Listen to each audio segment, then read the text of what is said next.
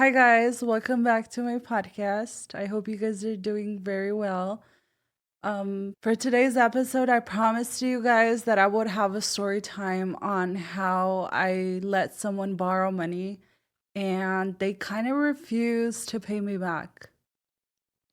So, a couple years ago, I was associated with a person, and during this time, I remember we were super into the gym and he wanted to join the gym, and I was like, "You know what? Don't pay the initial fees.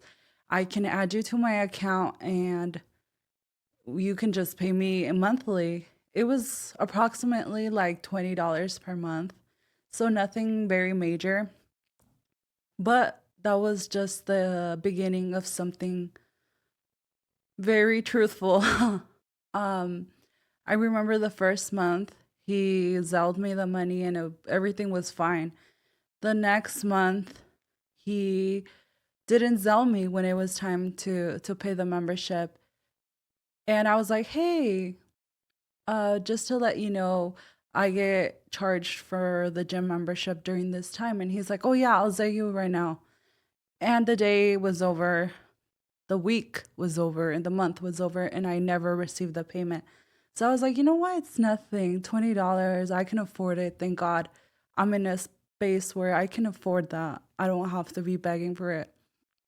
Eventually, the second, third month came and the payment was not being given. And at this point, I'm like, "You know what? I'm going to just ask him, like, hey, do you have the money for the gym membership?" And I did. And he was kind of offended to the point he was like, "You're complaining about $20." And mind you, it was the third month. So it wasn't $20 anymore. It was $60. And initially, I was taken back because I thought he would be like, "Oh, yeah, here, I forgot to pay you," whatever the case is. But that was a red flag for me in this friendship. I was like, "You know what? I'm over giving. I'm over allowing the person to step boundaries that it's something super small, $60. But it's more about the morality rather than the money that I was being landed." So eventually, you know what? I was like, "I'm gonna discontinue my gym membership. I'm really busy with school, with classes and stuff like that. I don't have time to go." And that was it. That's how I got myself out of that situation, which sucks because I mean, we had barely added him on, and it just is it's a very uncomfortable situation to face. So that's that. We remained friends. We kept talking here and there, hanging out, and he got his own membership. So I was like, enough with that. Well, a couple of years later, you would think that I learned my lesson. They say, "Fool me once, shame on you. Fool me twice, shame on me." But I didn't learn my lesson, and he there was an instance where that person came up to me, and we were frequent friends. We would hang out and stuff. And he was going through a situation where he didn't have money to buy a new car. And given the situation that he was in, he asked me if he could borrow $3,000. And you know what? $3,000 is, not a very huge amount, but it is. I was very hesitant. And I was like, "You know what? If I was in his spot, I would love someone else to help me out. If I was ever in a position where I was desperate, I didn't have family, I didn't have friends that could help me out, I would love for someone to do the favor for me." So we kind of agreed on what was going to be the payment. He said, "I'm going to get my taxes in a few weeks and then I'll pay you back completely." And I was like, "You know what? A few weeks, I can do that. I am taking your word. I've known you for over 10 years. There's no way that you can do me wrong." So this person, the weeks began to go by, and I was not worried about it. I was like, "You know what? He's gonna pay me once he gets the check. It's totally fine." Well, those weeks turn into months. And at one point I was like, "Hold a minute, like he hasn't reached out." He became a little distant. So of course, I reach out and I'm like, "Hey, did you happen to get the money? Like, when do you think I'm gonna receive my money?" And he's like, "Oh, I haven't got it. Like, I'm looking for other ways to come up with the money." So I'm like, "Okay, that's kind of a red flag, but I'm gonna respect his decision, and as long as I get my money, I don't care how he comes up with the money." And I remember one of those days he called me and he's like, "I received a $500 credit in food stamps." It was sort of like food stamps, but it wasn't. It was like a credit where you can go and purchase food and you had $500. He's like, "Can I pay you 1,500 on a credit card that is used for credit for food?" My initial thought was like, "Are you kidding me? Like, what am I going to do with this?" Obviously, I buy groceries, but it was not about the money or the way that he was asking me to pay. For me, it was an insult because when you needed the money, I didn't give you $1,000 a week and then another week. I gave you the full amount. So in my experience, I wanted the full amount the same way I gave it to you. And at this point, I'm like, I've lost my patience. Like, I've been having a lot of grace with you. I've been very patient. I helped you in a space where you needed help. I was very generous. I didn't ask for much. I didn't ask for, you know, like a bank would ask for so much stuff if you asked them to borrow $3,000. And I just gave you my word. That's the thing. And now you're giving excuses. It's very insulting. And I was like, "You know what? I just pay me the money and that's it." And that lesson taught me this is the last time that I'm going to put myself in this situation. And I'm like, "Wait, but I'm not like that." Like, the Bible teaches us that Jesus says, if you lend to those from who you expect repayment, what credit is that to you? But love your enemies, do good, and lend, expect nothing in return. So, what is Jesus trying to say? That if you let someone borrow money to just forget about it? Is he telling us that we should be okay with people doing us dirty? Is he telling us that we should just like forget about the money and, move on? I think Jesus is teaching us generosity above everything, love, right? When there's a homeless person and he comes up to you and he's like, "I need food," or "I need money," most of us are like, "I don't have anything," or "Go away." That's not showing generosity because you know damn well in certain times you do have that extra money to give and you just choose not to, right? But in this case, yes, I had the money to give, but it was beyond the generosity. He also later on says that do not give your pearls to the swine. So that means, like, yes, you have the money, but don't let yourself be taken advantage because now you're disrupting the relationship between you and the person. You're disrupting the peace between yourself. You're maybe anxious because this person is not responding in the way that you want them to. Um, when you are willing to give something, it should be something that you should not expect back. Like, give it freely. I would say in monetary value, not so much. I would say in love and mercy and justice for others. That's particularly what he's talking about. Back then, the Jewish Pharisees, they used to let people borrow money and they used to charge them interest. And these were people, poor people that could never pay up. So they were in debt to these Pharisees forever, for many years, because they couldn't pay up. And they used that as an advantage to be overpowered over the person. In my case, I didn't portray myself as like, I have more money than you and I'm using it against your will, like to pay me back. It was more as in generosity rather than having power over people. I don't know if I'm explaining myself clearly about that. Pretty much the borrower was seen as a slave to the lender back then.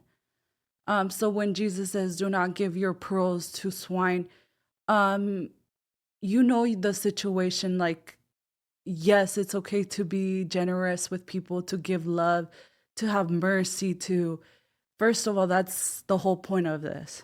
But at the same time, not at your own cost. I thought I was doing a good service by doing what Jesus told us, which is, be generous, love others, so show compassion. Um, but at what cost? At my own cost. Now I have trust issues with other people when they ask me for $100. It's not very much, but I'm like, are you gonna act the same way? Is it gonna ruin our relationship, our friendship because of $100? Um, I think that was the whole moral of this story. Be careful who you lend, not only financial matters, but like your heart. Be careful who you trust, who you invite into your space, into your life, even to the point of letting people know how much money you have, because they're going to be like, oh, $3,000 is nothing to you. You're more than able to afford, to let me borrow that. It's things you have to be very careful. You also have to have discernment. The Spirit of God is there to, whether you call it discernment or intuition or whatever the case is, use that to know the person. After a couple years, the person mentioned to me, like, what if we started a business together? What if we started to sell food? What if we, and that his credibility was lost with that situation that we went through. I could never see myself opening a business with a person like this. Um, he showed me his true character back then, his responsibility, just his common sense. And I have enough discernment to know that this type of person is not a good idea to form a business, borrow money, but let alone start a business with them. They lack a lot of integrity and accountability. Um, on the contrary, I've known a lot of people that I let them borrow $100, and they're like, "I'll pay you next Friday," and by this Wednesday, they already paid me back. And those are the type of people that I'm like, I'll go to the end of the world for you because you got me. You respect me as a person. It's not that you just pay me back, but you appreciate what I do for you, right? Um, and I do believe in lending people money. I believe that in my core as someone who grew up with just literally nothing. There was instances where I felt desperate, like I needed money for gas, I needed money for whatever the case is to pay my school. I know that circumstances come up, and I just appreciate God and I thank God that I haven't been in that spot again where I have the need to borrow.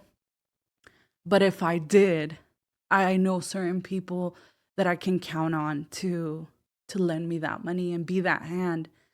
And honestly, those people that are truthful and genuine and generous and very loving and they show up for you in times where you have more than enough, you always go back and reward those people because they showed you, love, unconditional love. They showed you respect. They showed you consistency.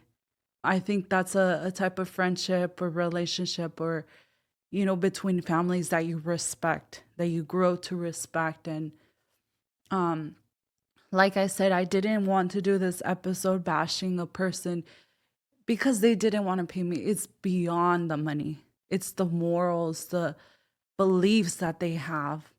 That's why a lot of people who are very religious or they're highly aware, maybe they just know about karma, about doing good, about justice, all of that. They're involved in some sort of belief.